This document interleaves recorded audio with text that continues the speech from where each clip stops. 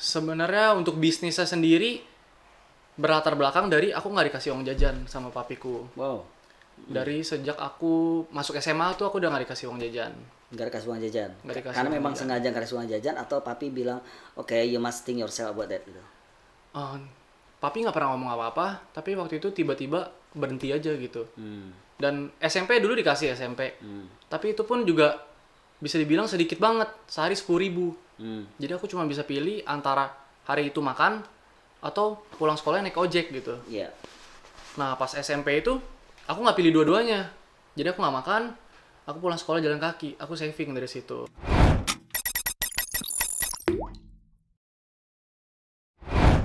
Oke guys, selamat pagi, selamat siang, selamat petang, dan selamat malam. Jumpa lagi dengan saya di Podcast T. Nah, apa kabarnya semua yang di rumah atau dimanapun yang saya lagi melihat Podcast T. Kembali lagi, mudah-mudahan tetap sehat, tetap bersemangat. Jangan bertanya pandemi kapan berakhirnya, tetapi bagaimana kita bisa mengisi pandemi dengan kegiatan yang bermanfaat dan berguna buat kita semua, juga buat orang lain. Nah guys, jangan lupa juga teman-teman tetap ada di protokol kesehatan yang pemerintah canangkan buat kita gitu. Saya udah divaksin nih, jadi sini udah vaksin ya, jadi kita udah divaksin gitu ya. Lalu jangan lupa kalau kita bepergian juga selalu pakai masker dan selalu menjaga jarak, dan jangan lupa selalu cuci tangan, pakai sabun, jaga kebersihan, dan yang paling utama jaga tubuh kita tetap sehat dan bugar. Oke? Nah, podcast di malam hari ini saya kedatangan seorang tamu, anak muda yang keren buat saya. Inilah Rovin Christopher. Wih, Vin, thank you ya udah Thank datang you. di podcast di pada malam hari ini. Nah, guys, hari ini kita akan bincang-bincang santai ini dengan Rovin ya, karena Rovin ini saya kenal dari SMP, lalu sampai ke SMA, and then sampai ke sekarang sekarang di kuliah ya. Kuliah. Kuliah semester. Semester 6 udah sekarang. Wow, semester 6, teman-teman. Semester 6 loh dia. Dan yang saya interest dengan Rufin adalah bisnis. Bisnis. Nah, hari ini kita akan bicara yang muda tapi bisa kreatif dan bisnis gitu ya. Jadi kalau kita mau bisnis tuh jangan mikir, oh nanti kalau gue udah kelar, gue udah selesai kuliah, ya udah. Banyak loh sekarang ya yang lulusan-lulusan dari sarjana juga yang masih eh, ibaratnya ijazahnya gitu ya, mau dibawa kemana karena belum tahu gitu. Iya. Karena banyak sekarang kan saingnya cukup banyak ya. Dunia usaha semakin terbuka lebar dan saingannya cukup banyak. Yang Betul. lulus setiap tahunnya sarjana juga jutaan gitu ya. Nah, dari sini kita akan belajar guys, akan belajar dari seorang Rufin ini bagaimana sih untuk memulai melakukan bisnis selagi kita masih muda dan selagi kita masih bisa. Nah, Vin, sebelumnya mau nanya dulu Vin. Sekarang kesibukanmu apa Vin? Sekarang Selain kesibukanku, kuliah ya Vin ya. kalau selain kuliah sekarang aku lagi jalanin pertama modeling. Jadi di modeling itu aku kebanyakan foto untuk katalog-katalog produk gitu, kayak contohnya Dikat di di situ dulu Shopee. Vin. Dikat situ dulu. Pokoknya modeling aja titik. Nanti jangan dikulik dulu. Oh, oke, Oke. oke. Modeling. Selain modeling Vin. Modeling, habis itu aku juga ada buka studio barber di rumah. Studio barber. Ah, habis itu aku Modeling, juga studio barber, and then jualan reptil juga. masih ada reptil. Iya. Nah, di sini ada yang suka reptil ya ternyata ya teman-teman ya. Gitu. Siapa yang suka reptil di sini nanti gitu ya kita lihat. Lalu ada lagi Vin. Ada lagi paling aku main saham sama kripto. Main saham. Wow, keren banget ya. Pasti dulu SMA-nya dari PS dong. Iya betul. PS itu ya gitu ya. Nah, Vin, ada lagi nggak? Sorry, saya potong jadi ya. Udah sih, udah. Udah ya. Ah, ah. Nah, Vin, kan Serti pengen tahu juga nih kiprahnya Rufin ya, yang tadi yang udah sebutin kegiatannya bla bla bla bla cukup banyak. Asal muasalnya kamu bisa berpikir bahwasanya kalau pengen bisnis tuh nggak usah nanti deh, nggak usah nunggu kelar dulu sarjana baru melakukan usaha. Tapi kok kamu bisa terpikirkan untuk bisa memulai dengan berbisnis di tengah-tengah studi kamu? Boleh cerita nggak perjalanan itu dulu? Eh, Pertanyaan menarik nih sebenarnya nih. Sangat menarik guys, gitu ya. Sebenarnya kalau direncanain, sebenarnya nggak sama sekali. Sebenarnya lebih ke arah, jujur aku orangnya idealiser. Jadi aku itu selalu berpikir aku nggak mau mengikuti yang namanya rat race. Rat race tuh yang seperti kebanyakan orang jalanin gitu loh. Iya. Kuliah, lulus kuliah, apply kerja gini. Kalau orang bilang ya udah ngikutin air yang mengalir. Nah, iya. Jujur aku agak idealis di situ. Jadi aku pengen ciptain atau kerjain sesuatu yang aku suka, itu pertama itu. Terus kenapa jadi bisnis gitu ya? Sebenarnya nggak diduga juga, awalnya juga bener-bener iseng. Dan bahas yang mana dulu nih, Sir? Yang dari saat pertama kamu mulai terpikir untuk bisnis ya? Sebenarnya untuk bisnisnya sendiri berlatar belakang dari aku nggak dikasih uang jajan sama papiku. Wow. Dari sejak aku masuk SMA tuh aku udah nggak dikasih uang jajan. Nggak dikasih uang jajan? Nggak dikasih Karena uang memang jajan. sengaja nggak dikasih uang jajan atau papi bilang, oke, you must think yourself about that gitu? Papi nggak pernah ngomong apa-apa, tapi waktu itu tiba-tiba berhenti aja gitu. Dan SMP dulu dikasih SMP, tapi itu pun juga bisa dibilang sedikit banget, sehari 10.000. Jadi aku cuma bisa pilih antara hari itu makan atau pulang sekolah naik ojek gitu. Iya. Nah pas SMP itu aku nggak pilih dua-duanya, jadi aku nggak makan, aku pulang sekolah jalan kaki, aku saving dari situ. Oh. Dari situ udah belajar saving, nabung. SMA mulai kan nggak dikasih uang jajan tuh. Jadi Bener-bener nggak dikasih uang jajan? Ya? bener-bener nggak dikasih gitu kan. Dan papi nggak bicara apa-apa atau mami nggak ngomong apa-apa, ya udah lu sekolah aja. Iya, Yang penting orang tua kasih biaya buat sekolah. iya betul. Only itu ya. Iya. Lalu Cuman di kondisi itu aku coba pikir positifnya gitu lah. Mungkin memang aku nggak kayak murid-murid lain yang dikasih uang jajan. Cuman kan aku masih dikasih tempat tinggal, makan masih bisa di rumah, sekolah juga masih dibiayain gitu kan istilahnya. Jadi aku coba putar otak nih, gimana caranya aku bisa jajan pakai uang yang aku hasilin sendiri gitu kan. SMA tuh aku jualan Thai tea, Sir. oh Thai tea. Thai tea. Tapi itu juga berawal dari proyek kelompok waktu itu. Nah, Ada tugas kelompok di SMA tuh di IPS tuh entrepreneurship gitu. Jadi Oke. kita merancang suatu produk gitulah istilahnya. Setelah kelompok itu bubar, aku coba lanjutin sendiri. Jadi kurang lebih selama 2 tahun kayaknya ya. Aku jualan Thai tea. Jadi pulang sekolah, bikin Thai tea sampai malam, masukin kulkas, pagi keluarin lagi Thai tea-nya biar dingin, dibawa ke sekolah. bawa ke sekolah. Dulu aku ke sekolah naik sepeda. Hmm. Makanya kalau teman-teman yang kenal aku tuh pada tahu tuh, aku naik sepeda yang ada keranjangnya di depan Oh, I see. untuk bawa Thai tea itu. Wow. Ini menarik loh. Ya menarik ya guys. Saya cuma nyimpulin seorang anak muda yang tadi ceritanya Rovin tidak diberi uang jajan dan tidak meminta, nggak minta, Pak mana dong jatahnya? Kan aku masih anak papa nih uang jajan. Kamu nggak minta juga ya? Awalnya ada minta awalnya. Oh minta. Pas belum beradaptasi gitu lah awalnya. Kok berhenti gitu kan, Iya. uang jajannya lapar lah istilahnya di sekolah atau apa. Tapi setelah langsung beberapa lama sih, akhirnya mulai putar otak sih. Kalau komplit terus kan mau kemana gitu kan jadinya, Iya. tetap di situ gitu sih. jadi bermula dari pelajaran ada satu entrepreneurship di sekolah, Iya. and then bekerja kelompok, ternyata bisa menghasilkan sesuatu dan akhirnya kau lanjutin. Iya, betul. Plus dibarengi dengan satu prinsip dari kamu, ya udah kalau papa nggak ngasih duit ya gue mesti cari supaya saya bisa tetap seperti teman-teman biasa. Wow, Betul. itu keren yang pertama ya, itu keren yang pertama. Top, itu anak muda yang berpikir ke sana. Sampai akhirnya kamu udah Thai tea selesai, terus after that Habis itu masuklah ke dunia kuliah kan, lulus ya, SMA betul, tuh. SMA. Aku masuk, nggak apa-apa nih sebut nama kampus ya, atau gimana? Kampus A. Kampus A gitu ya. Kampus swasta ya. Iya, kampus swasta A namanya. Ya, kampus swasta A. Jadi kalau orang tahu kampus ini tuh pasti taunya banyak kan orang-orang elit yang kuliah di sini. Karena kampus yang kamu sekarang kuliah ada kampus termahal. Betul Bisa nggak sih? jadi ya. Bisa jadi. ya. Betul loh. Heeh. Karena itu saya kan dari SMA juga nih Vin. Ah. Saya kan dari kepala sekolah SMA, jadi kan tahu dong Heeh. kampus-kampus mana gitu. Dan itu salah satu kampus yang mahal. Iya.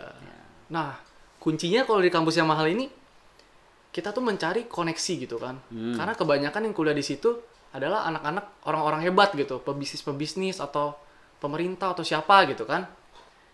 Nah, gimana cara kita mencari koneksi di pergaulan seperti itu gitu kan? Tentunya pasti butuh uang juga, karena mereka juga pasti nongkrongnya beda lah gitu kan. Ya.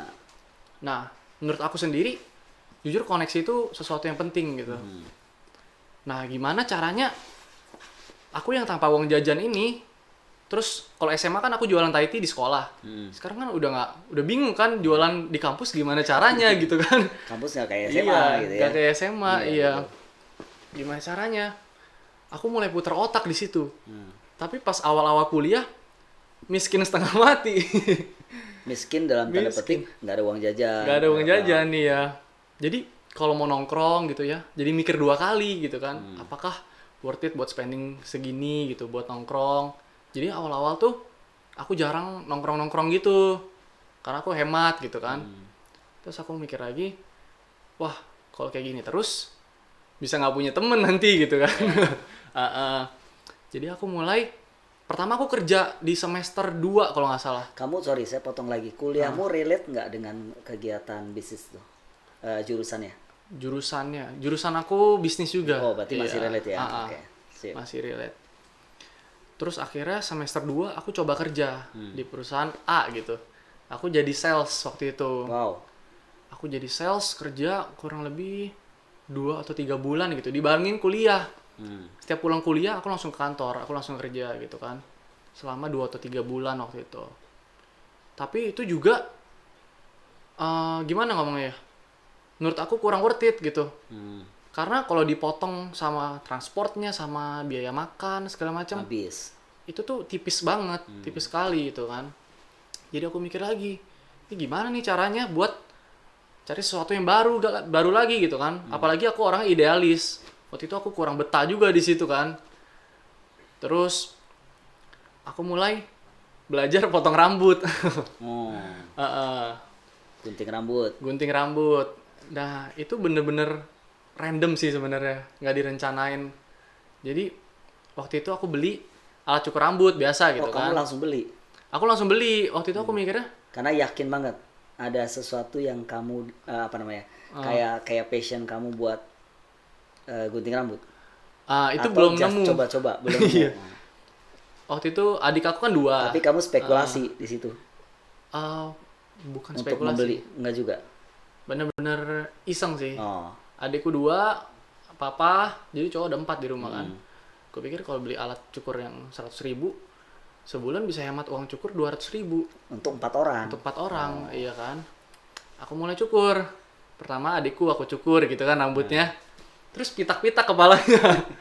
Dia di sekolah dipanggil sama kepala sekolahnya. Ini kenapa rambutnya kayak gini, dimarahin dia. Aku mulai kasihan kan sama dia. Aduh, tapi sayang nih udah beli alat cukur ini gitu kan. Jadi aku mulai belajar yang benar di YouTube. Terus kebetulan juga ada teman punya barbershop. Jadi belajar di situ sih. Berarti intinya belajarnya otodidak. Belajar otodidak semuanya. Terus tekunin di situ. Dari awalnya nyukur masih di halaman di luar, panas terik, teman-teman datang, masih gratis tuh dulu. Terus belajar juga, kalau belajar kan nggak mungkin di kepala temen langsung kan, mereka juga malu Iya, kan kalau iya, betul. pitak-pitak. Dulu aku panggilin satpam, Gojek. Gitu? Iya. Paling Gojek, bayar, aku yang bayar ke mereka. Oh bayar dia, Bayar iya. 20.000 satu orang waktu itu. Untuk jadi model, Iya. untuk dipangkas rambutnya. Itu sih, awalnya dari situ.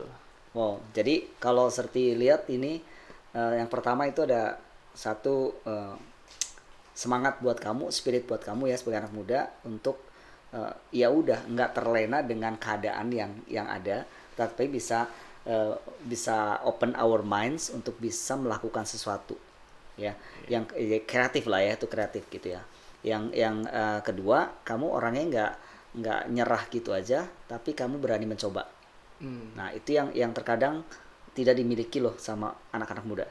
Ya sekarang banyak anak muda sekarang, nggak semua ya, tapi banyak anak muda sekarang yang ya sudah sekarang kan, makanya kemarin saya bahas gini Vin, generasi sekarang tuh generasi yang makmur Vin. Kenapa tuh?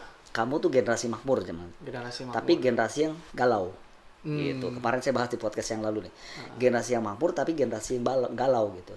Makmur karena banyak kan anak-anak muda sekarang tuh semua udah serba ada. Minta sama orang tua, nggak apa, ya kan nggak seperti kamu berpikir tadi kan, kamu kan berpikir kenapa ya papa nggak kasih uang jajan, apa yang mesti saya lakuin ya, gitu. Tapi kan sekarang banyak anak-anak yang tanda kutip ya orang tuanya juga nggak mau, banyak orang tua, ya saya juga mau bahas nanti di podcast saya nih untuk buat orang tua nih, banyak orang tua yang pengen anaknya tuh jangan kayak saya dulu, Gitu. Dulu saya menderita, dulu sama orang tua saya begini, saya pokoknya anak saya itu nggak boleh seperti saya. Nah, makanya sekarang orang tuanya sudah hebat, lu mau minta apa, papa kasih. Sehingga kamu sejajar dengan orang-orang yang lain gitu. Makanya kamu bilang tadi kan, saya nggak kumpul-kumpul nih, karena saya nggak ngerasa, aduh, gua kayaknya nggak punya apa-apa ya, kayak gini kan. Iya. Jadi agak sedikit, aduh, rada minder nih kalau saya kumpul nih gitu. Nah, itu beda nih. Jadi beda dengan yang kau miliki nih. Makanya teman-teman ini anak muda yang bisa, yang Rufin ngomong adalah, kalau buat saya mengambil satu inspirasi yang luar biasa dari seorang anak muda gitu ya, yang nggak putus asa lalu mencoba. Gitu. Jangan salah loh. Serti pernah dipotong rambutnya loh, ya, dan top gitu, dan akhirnya secara otodidak kamu menekuni gitu ya, sampai sekarang ya. Jadi sekarang ada di barber juga. Kenapa? Ya sekarang berarti kamu kan di potong rambut juga kan? Aku nggak kerja di barber tuh. Bukan di barber tapi punya ini ada apa namanya? Studio kecil-kecilan. Ya, lah. studio kecil-kecilan. Jadi kan berkecimpung di studio untuk barber juga, untuk potong rambut. Lalu sementara tadi bisnis yang di awalnya masih terus berjalan. Yang Thai tea. Ya. Thai tea udah nggak jalan. Udah nggak jalan. Jadi sekarang fokusnya ke situ. Iya. Tapi kamu nggak berhenti di situ kan ya? Kalau Serti tahu sih. Aku juga ada beberapa sih sumber penghasilan, ada beberapa. Jadi Rufin nggak berhenti sampai di situ dan dia terus melakukan beberapa bisnis. Dengar-dengar pernah juga ya, Serti pernah dengar juga kamu punya bisnis reptil. Nah, iya. Nah, betul ya? Iya. Bisnis reptil nih. Sampai di rumahnya so many reptil dan tarantula tuh banyak banget gitu ya. Betul ya? Betul. Nah, itu kenapa tuh? Kalau reptil itu ya jujur nggak pernah kepikiran jadi bisnis juga. Ya. Jadi sama kayak barber tuh. Semua tuh nggak secara sengaja untuk untuk diuangin gitu. Iya, enggak. iya betul. Iya. Jadi bener-bener pure dari passion aku sih. Uh-uh. Awalnya piara reptil juga seperti yang tadi aku coba bahas. Aku tuh orangnya yang nggak mau sama kayak orang lain gitu kan. Jadi aku kurang suka, piaraan yang normal-normal aja kurang suka nih. Mau coba piara sesuatu yang anti mainstream gitu lah istilahnya. Reptil, exotic pets gitu kan. Awalnya aku piara kadal yang namanya bearded dragon. Ini kadal dari Australia. Aku piara 2 ekor. Kamu beli itu? Iya, beli. Terus piara 2 ekor, taunya bertelur sendiri. Aku juga nggak rencanain atau apa gitu kan. Mereka kawin ternyata bertelur. Anakannya tuh dulu sampai 60 atau 70 ekor gitu kan. Wah, aku pikir ini nggak bisa nih aku handle semua, nggak ini. Karena aku masih kuliah juga gitu-gitu kan. Jadi aku coba buka toko reptil secara online. Aku coba bikin brand sendiri gitu. Desain logo, branding, tembak iklan, coba-coba sendiri. Dan ternyata akhirnya jalan. Jalan lumayan. Dari situ uangnya diputar lagi. Dan bukan cuma kadal ya kalau nggak salah ya? Iya, ada tarantula juga. Tarantula. Itu juga awalnya tarantula juga cuma iseng. Iya, awalnya piara juga iseng doang. Sampai akhirnya bisa. Nah, kamu tuh belajarnya dari mana sebetulnya? Belajar apanya? Belajar bisa tahu nih kadal, lalu bisa akhirnya kan jadi berkembang biak gitu loh. Lalu tarantula, bagaimana bisa berkembang biak? Oh, kalau itu sih sebenarnya aku cuma baca-baca di Google doang sih. Pastinya kan kita sebelum piara hewan A nih, kita harus tahu dulu kan. Ini hewan makannya apa, Betul. Suhunya, temperaturnya berapa gitu kan, segala macam, perawatannya gimana. Aku hanya rawat-rawat biasa gitu sih biasanya. Tiba-tiba keluar anak sendiri aja gitu. nggak pernah belajar gimana banget gitu sih. Yang di reptil yang paling yang paling seru kamu waktu mengembangkan apa? Oh, kalau reptil paling serunya, jadi aku tuh belajar genetik binatang. Padahal dari anak IPS ya? Iya. Top. Jadi kalau genetik paling umum yang kita tahu albino lah ya, semua orang tahu albino kan. Albino itu berarti dia tidak memiliki pigmen sama sekali. Betul. Jadi warnanya tuh polos, pigmennya hilang, matanya warna merah, gitu kan. Tapi masih banyak lagi genetik selain albino. Ada yang namanya hypomelanistic. Hypomelanistic itu dia hampir seperti albino, tetapi dia masih memiliki pigmen, tapi pigmennya terang semua gitu. Ada lagi namanya melanistic. Melanistic tuh kebalikannya, pigmennya semua gelap. Jadi biasa tuh hewan warnanya hitam semua gitu. Dan masih ratusan ribu genetik lainnya sih, Sarah. Wow, itu kamu semua belajarnya dari belajar sendiri, otodidak, dari Google, dari YouTube gitu sih. Sampai tahu semua itu ya? Lumayan lah. Wow. Guys, keren banget ya. Keren banget loh ya. Jadi dari jurusan IPS sampai sekarang belajar tentang genetik dan biologi dan akhirnya bisa jadikan bisnis. Ya, jadi itu apa ya? Menarik ya Vin ya. Karena kamu dari IPS, lalu akhirnya kamu belajar mengembangkan lagi dengan yang tadi kamu ceritain genetik itu. Dan kamu semua belajar sendiri, otodidak sendiri. Nah, itu kan yang luar biasa. Buat Serti luar biasa banget gitu. Nah, itu yang jarang dipunyai sama beberapa anak muda. Bukan berarti semua anak muda nggak punya gitu kan. Banyak di luar sana juga anak muda yang luar biasa. Tapi hari ini kita lagi belajar guys dari Rovin ini masalah passion, masalah kreativitas, masalah berani mencoba gitu ya.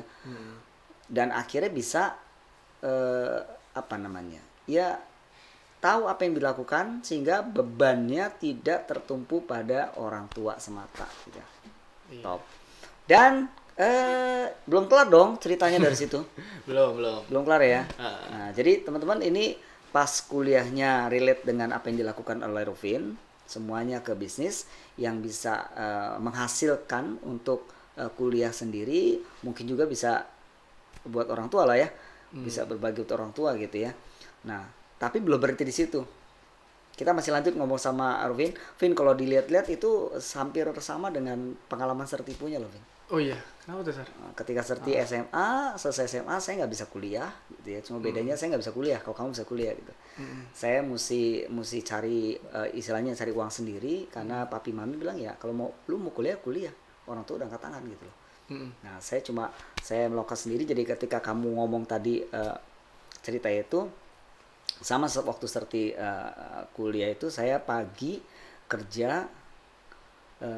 Saya kerja di aluminium dulu. Saya pernah kerja di aluminium di semester 1 kuliah saya kerja di aluminium gitu. Lalu saya semester 3 saya mulai ngajar. Jadi saya mulai ngajar tuh semester 3. Semester 3 ya. Saya pagi ngajar di SMPK 2 gitu ya. Saya orang Cirebon gitu ya. Lalu kalau saya SMP 2 itu masuknya siang. Kalau SMPK 1 masuknya pagi. Jadi kalau saya ngajar di SMPK 2, paginya saya di kantor di aluminium. Kalau saya ngajarnya pagi, maka siangnya di kantor aluminium. And then sore saya mesti ke kampus dan saya mesti kuliah sampai malam. Padat banget ya. Itu around 4 tahun saya lakuin demikian gitu dan sama lah. Jadi saya sih kalau saya memang orang tua saya bilang ya, you mau kuliah ya kuliah sendiri gitu. Orang tua udah nggak bisa bayarin. Tapi kan kamu satu sisi saya nggak tahu nih. Mungkin papa mama atau orang tua kamu juga masih bisa membiayai, tapi kan kamu punya inisiatif sendiri. Nah itu beda kan, yang keren kan kamu punya inisiatif sendiri untuk boleh mencukupi semua kebutuhanmu sendiri. Dan ceritanya belum kelar, sampai di situ kamu merambah lagi, betul nggak sih? Iya. Merambah lagi nih guys, merambah lagi ke yang sekarang adalah aku sekarang lagi menekuni bidang modeling. Modeling. Itu kenapa bisa kesana larinya? Kalau modeling sendiri kan dari tarantula, dari kadal gitu ya. Keren banget ya. Ini kan beda banget gitu. Kadal pertama dari kamu dari mencoba Taiti gitu ya. Lalu ke potong rambut, lalu tarantula sama kadal, kok larinya ke modeling gitu ya. Aduh, sebenarnya kembali lagi sih. Jadi semua ini nggak ada yang aku rencanain gitu. Pengen make money di sini. Sepertinya gitu ya. Tuhan udah ngatur lah ya. Seperti itu ya mungkin tangan ya. Tuhan udah mengatur gitu ya. Bisa dibilang ya. Keren. Modeling sendiri sebenarnya aku udah cukup lama.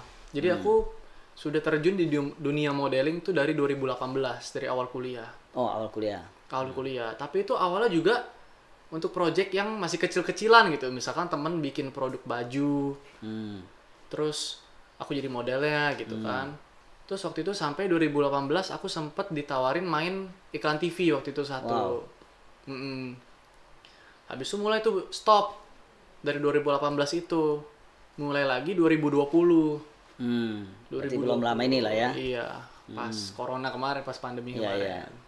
Nah, itu berawal dari mana bisa mulai lagi. Jadi, aku ikut ajang Elmen waktu itu. Yes. Iya, Elmen 2020.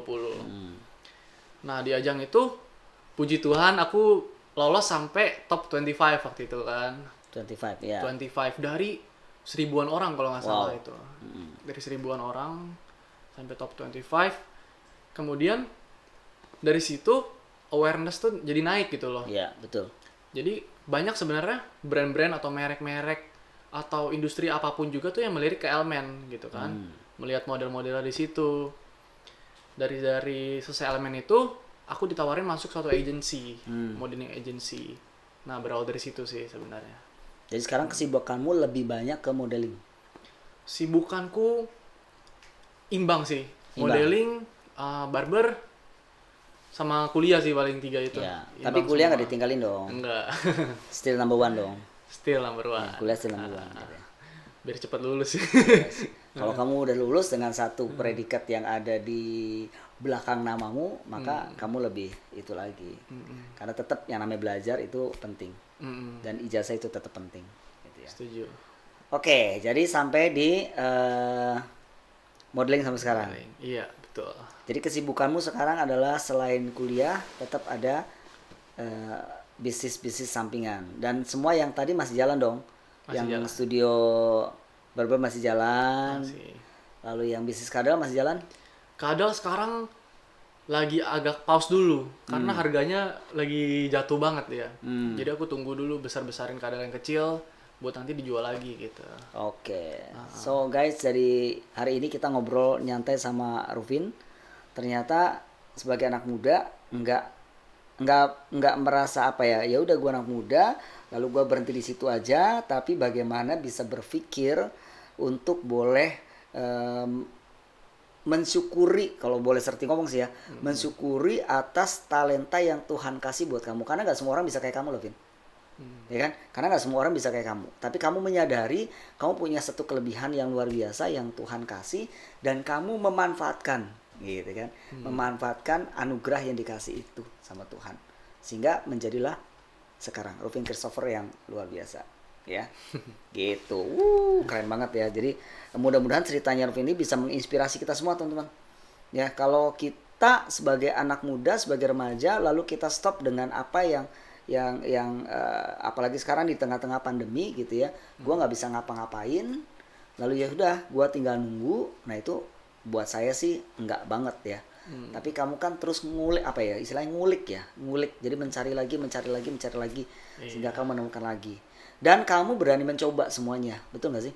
Betul. Berani mencoba semuanya, sehingga apa yang dicoba, kalau yang dicoba itu pas dengan passion kita, maka akan jadi. Gitu. Tapi kalau kita mencoba juga bukan passionnya, itu ya nggak jadi sebetulnya.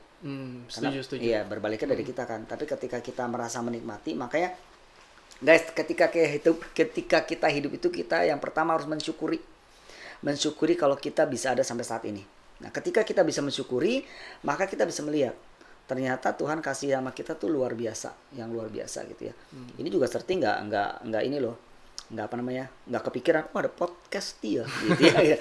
podcast gitu ya. Tapi akhirnya bisa jalan nih, ada podcast karena buat saya juga apa sih yang bisa saya lakukan di tengah-tengah pandemi gitu ya.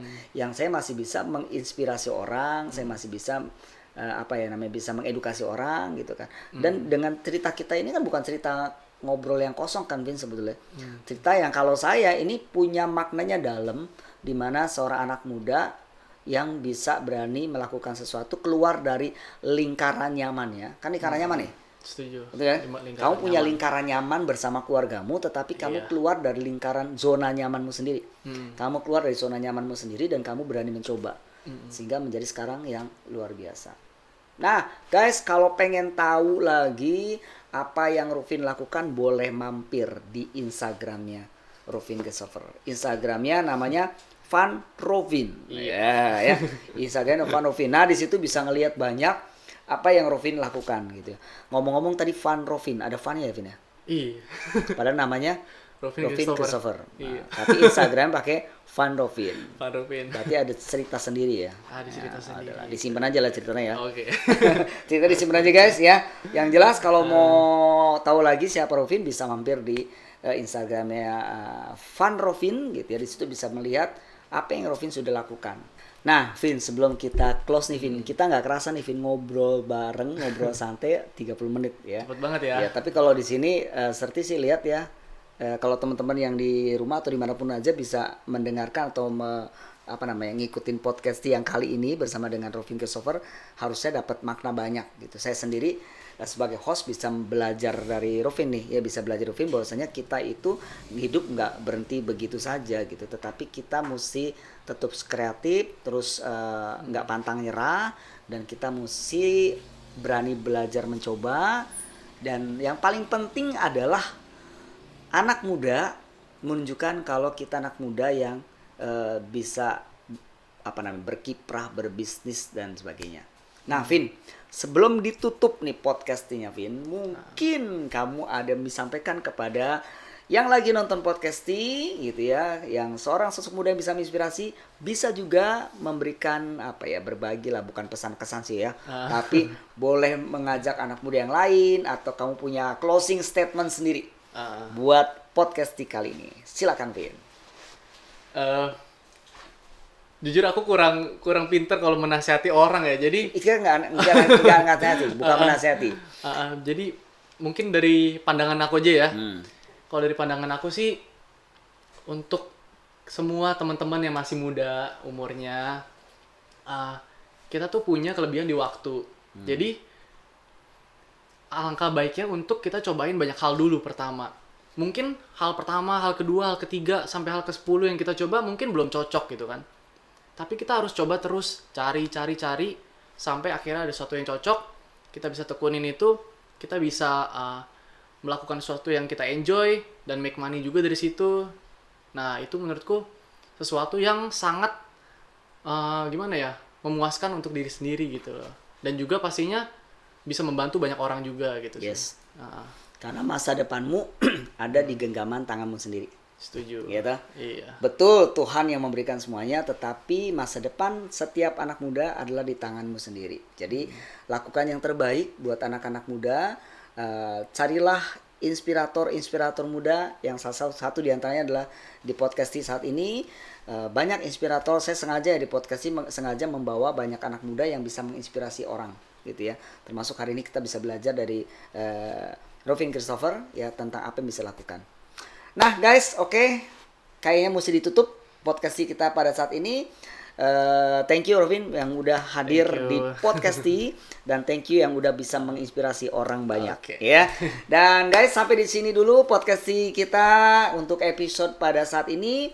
Jangan lupa, saya terus menganjurkan buat semua orang tetap ikut protokol kesehatan dengan 5M. 5M ini. 5M. Wah, nambah 2 ya? Iya, bukan 3M. Di podcast sih ada 5M gitu. 5. Yang pertama, jangan lupa tetap pakai masker kalau kita mau pergi keluar gitu ya. Dan kalau nggak pengen keluar ya jangan pergilah gitu ya. Masih tetap di rumah aja. Dan M yang kedua adalah selalu mencuci tangan pakai sabun kalau kita habis megang sesuatu atau kita akan makan dan sebagainya gitu ya. Dan selalu menggunakan hand sanitizer ketika kita akan bepergian juga selalu dibawa gitu ya. M kedua. M ketiga adalah selalu menjaga jarak. Kita jaga jarak, Vin. Ya, kita ada distancing. Menjaga jarak dan hindari kerumunan ya. M yang keempat adalah selalu kita punya punya niat untuk berolahraga. Menjaga stamina kita tetap sehat dan bugar. Setuju kan? Kau salah satu influencer untuk tetap hidup sehat ya. Rovin adalah salah satu tokoh anak muda juga yang menginfluencer orang-orang ya tentang perilaku hidup sehat. Itu juga ada di Instagram media. Jadi mampir ya. Jadi bagaimana kita tetap hidup sehat dan bugar, olahraga yang teratur, makan yang sehat, makan yang cukup, dan M yang kelima, Vin? Apa tuh? Mengandalkan Tuhan dalam doa. Yeah. Mengandalkan Tuhan dalam doa. Bisa aja. Ya, sip. Oke guys, sampai di sini, sampai ketemu lagi di podcast berikutnya. Small Act Big Impact. Sabi, dadah.